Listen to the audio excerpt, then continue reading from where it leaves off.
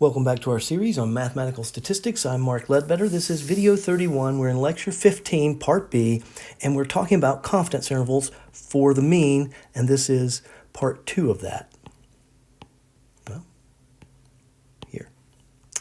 All right, last time we talked about the fact that we are going to use a random sample, so all of the x sub i's are IID, independent and identically distributed, with mean mu and variance sigma squared. This is the simplest case for confidence intervals. And we also discussed that we're going to talk about 4 cases. We have 2 where sigma is known, or sigma squared or sigma is known, and we have 2 where sigma squared is unknown. In this video, we're going to talk about cases 1 and 2. Okay. We also discussed this theorem about the linear combination of independent normal random variables that says that the linear combination is also normally distributed. And then that applies to sample means, so that if the random variables are normally distributed, then x bar is a linear combination and thus normally distributed, regardless of the sample size. Okay. And so that's going to come into play for case 1 where sigma is unknown or is known, but n is less than 30. So we cannot use the central limit theorem here. Okay. So we're going to give the standardized form of x bar. Now remember, the standardized form of x, z sub x, is x minus its mean, mu sub x, over the standard deviation of x. Okay. And so z sub x bar is equal to x bar minus mu sub x bar over sigma of x bar. And we learned that the variance of the sample mean is sigma of x divided by the square root of n, or that's the standard deviation. So the variance of x bar is equal to sigma squared of x divided by n. So the standard deviation of x bar is the square root of this. Okay. And so this is the standardized version, or the standardized form of x bar. Now I can also rewrite this, invert the fraction on the bottom and multiply, and then I end up with the form that I use most frequently when I'm calculating, because then I don't have to worry about a parenthesis in my calculator like I would here, where I'm going to get the wrong answer. So this is for calculation purposes. This is easier. Okay. Now, the requirement here, since n is less than 30, the requirement, or people call it an assumption. If you have an assumption about something in statistics, that means that what you're doing is not valid if that assumption is not true. So you need to check that assumption, or else your results can be worthless, and you don't want that. Okay?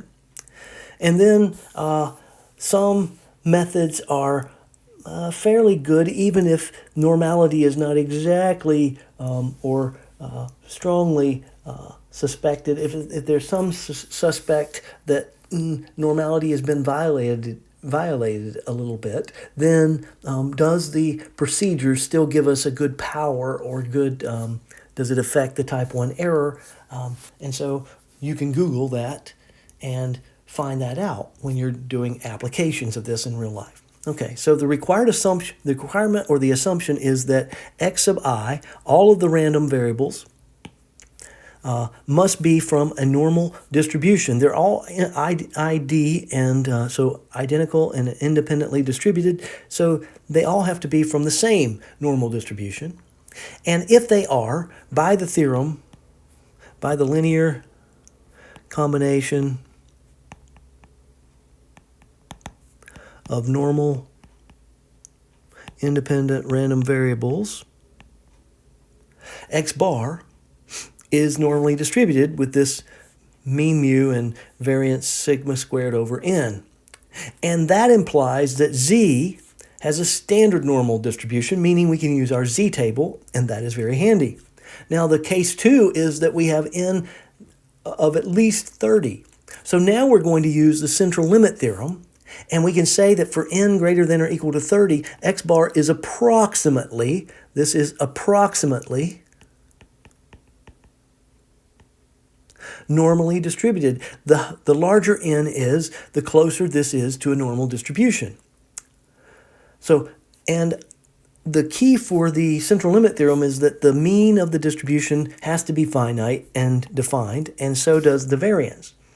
Well, if you're taking a random sample and you don't know the distribution it's from, it's very unlikely you're going to know if it's the Cauchy distribution or the t distribution with 1 degree of freedom, which in both cases they don't. One doesn't have the mean defined and another doesn't have the variance defined. So, I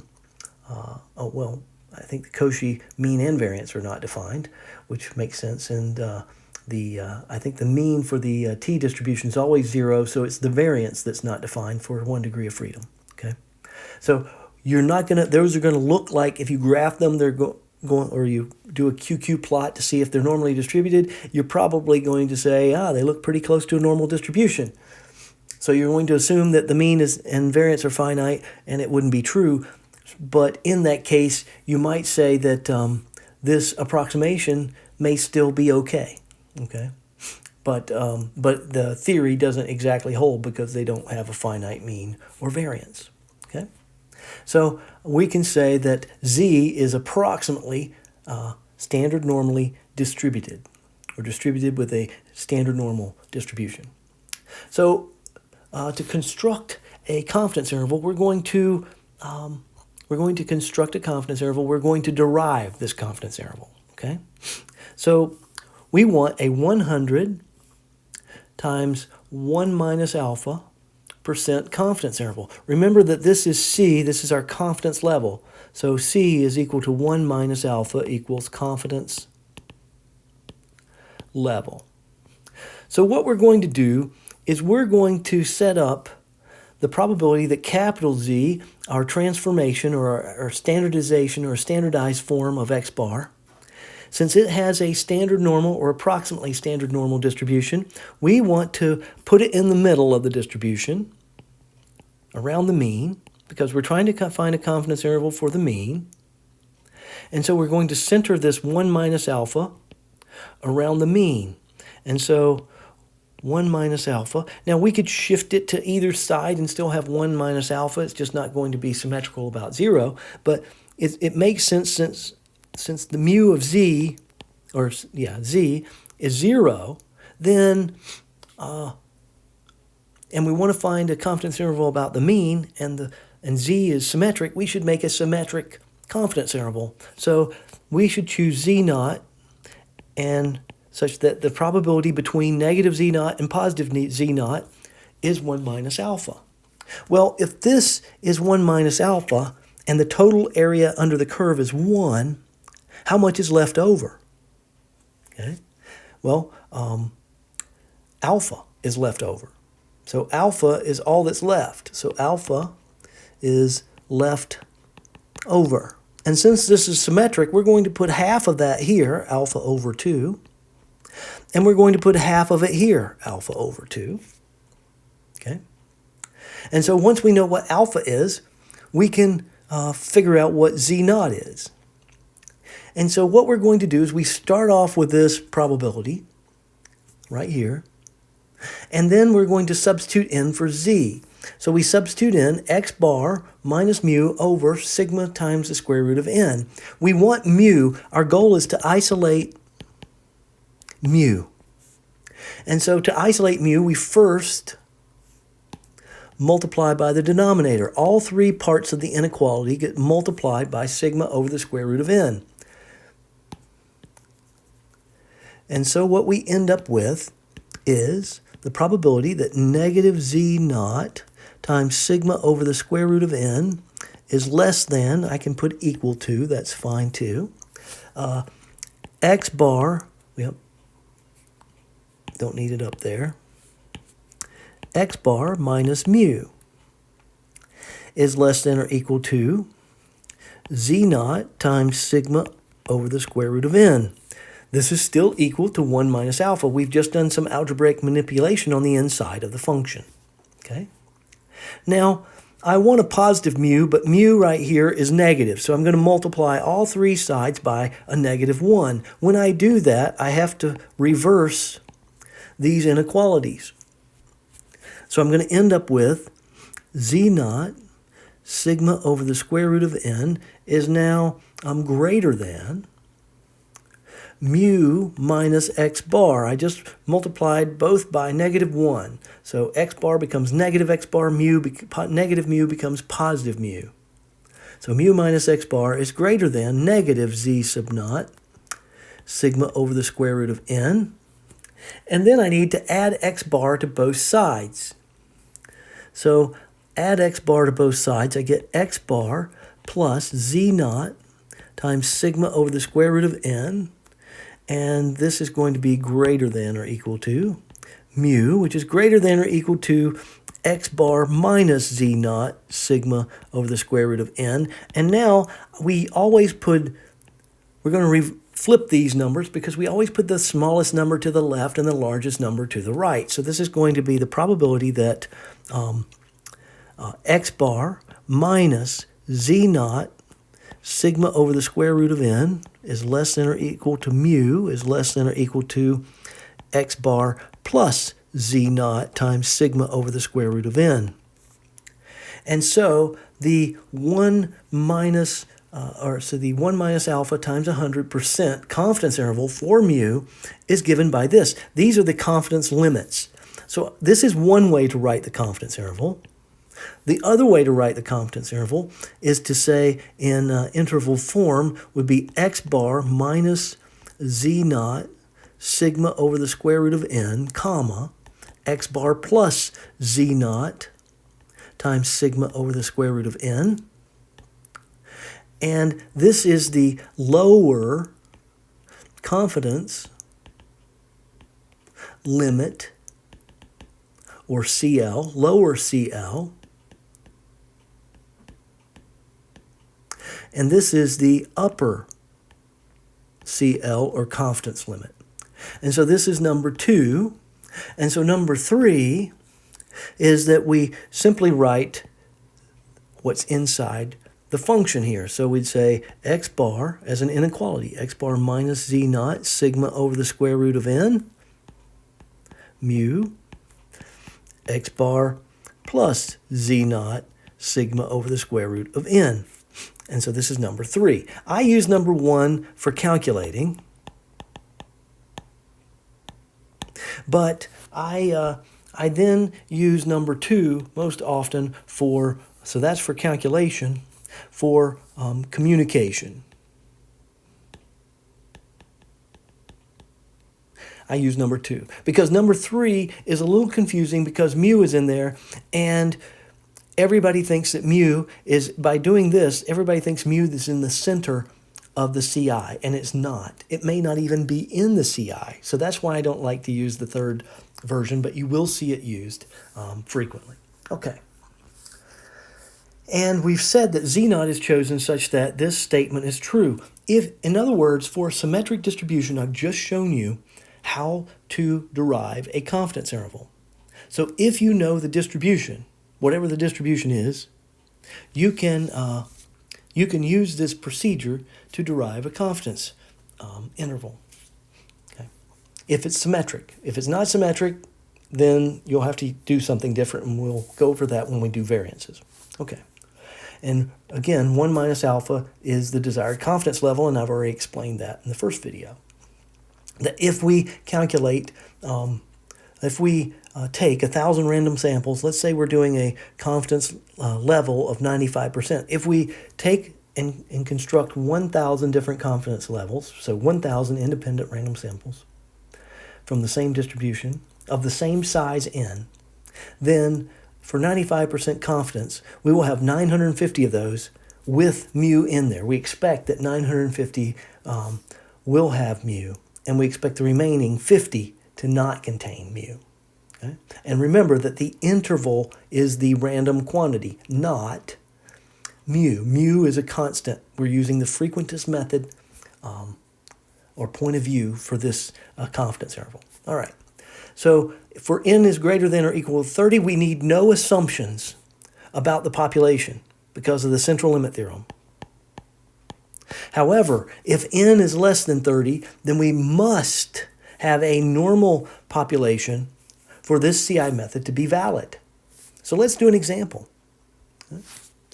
So we're going to let mu be the mean lifetime of a certain population of light bulbs. And for part A here, I'm going to assume that they're normally distributed.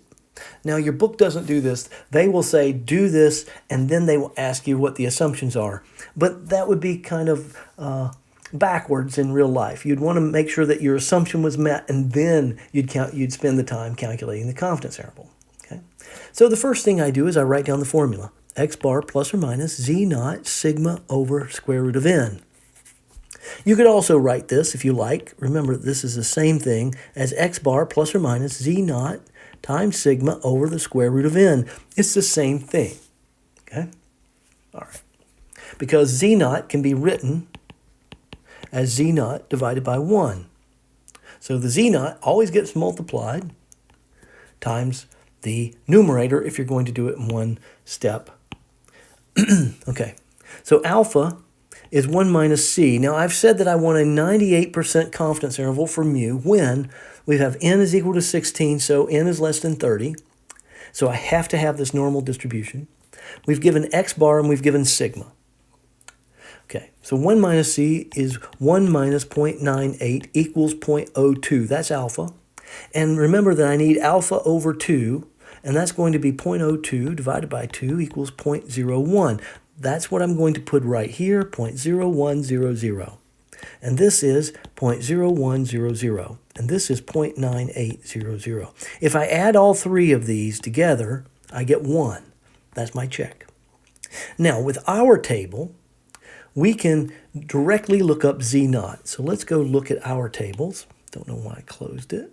Normal distribution. Oh, spoiler alert. Okay. So I need to find, so this is table B. And the table B has this area shaded. If this is Z sub alpha, then this is the probability that's inside this table. On table A, this is what's shaded. So if this is Z naught, then this is the probability that Z is less than Z naught in table A. In table B, this is the probability that Z is greater than Z naught, or Z sub alpha. Okay? So I have that this is equal to 0.0100. That's a probability. I need to look inside my table and find 0.0100. I'm not going to find this exactly. So 1. So here's 0, 1, 0, 2, and 0, 1, 0, 0, 9, 9. Which is closer? This one is closer. It's only 0.0001. This one's 0.0002.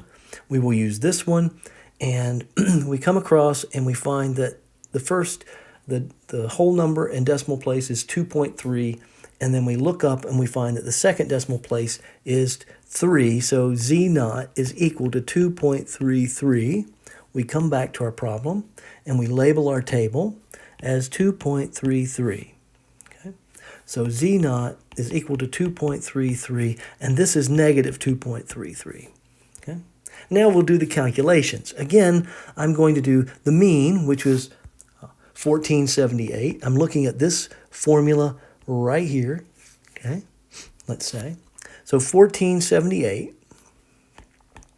plus or minus, and then I have Z naught, which is 2.33, and I have sigma, which is 240. And be careful, this is not sigma squared. Sometimes they give you sigma squared, sometimes sigma. And then I need square root of n, which is 16. And so this is the same thing as 1478 plus or minus 2.33 times 240 over 4.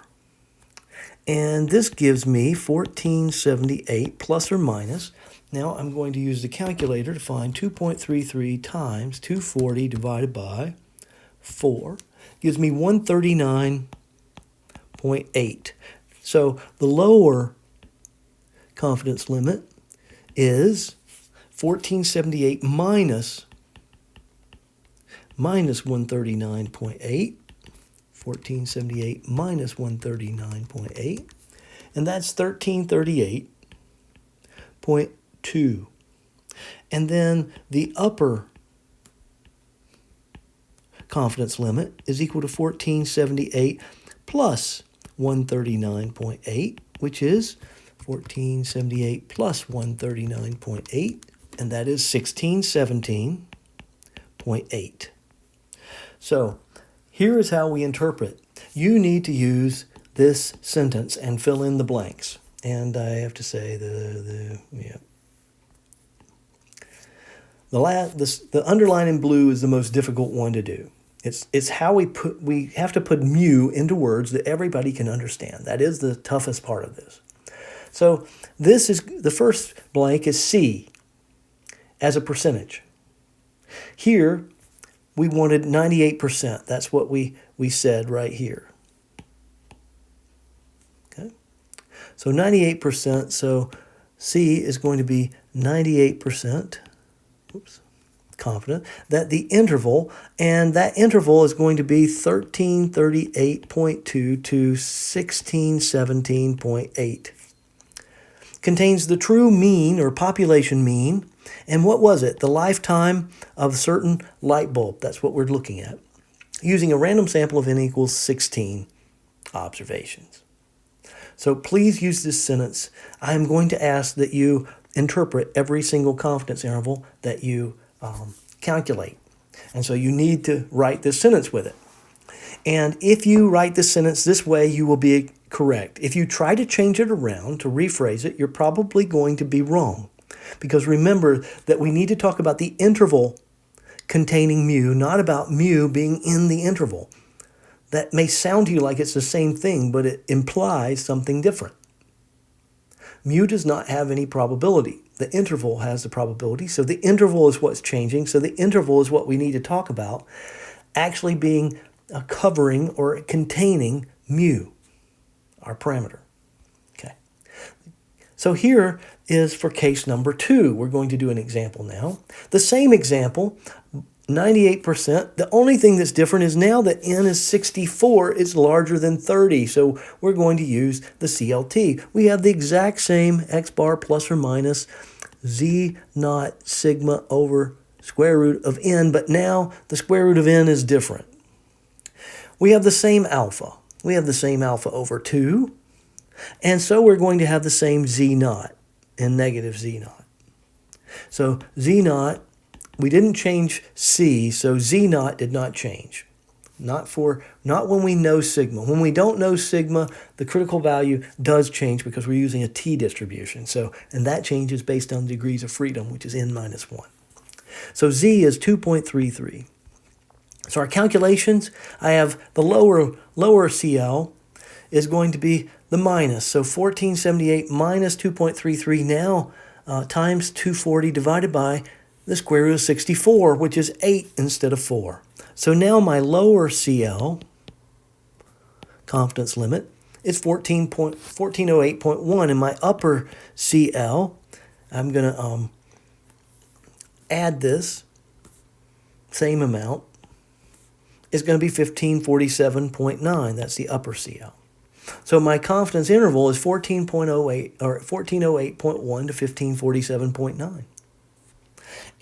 And we talked about this meaning here, but here's the interpretation. We are 98% confident that the interval from 1408.1 to 1547.9 contains the true mean lifetime of the certain light bulb using a random sample of n equals 64 observations.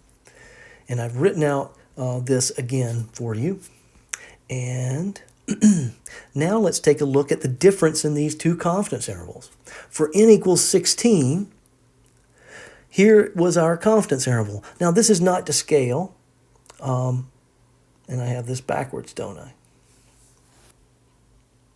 No, I don't.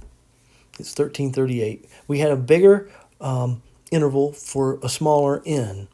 So this is less precise for n equals 16. And for n equals 64, it's more precise or shorter. shorter, because we're dividing by the square root of n, longer. Okay?